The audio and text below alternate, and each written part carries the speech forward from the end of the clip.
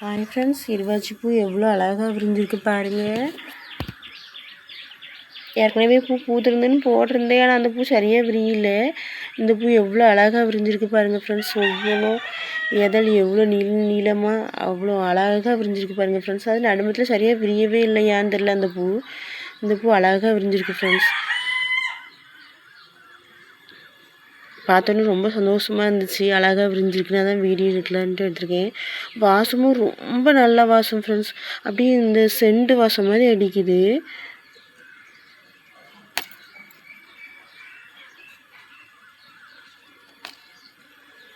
பாருங்கள் ஃப்ரெண்ட்ஸ், எவ்வளோ அழகாக இருக்குது.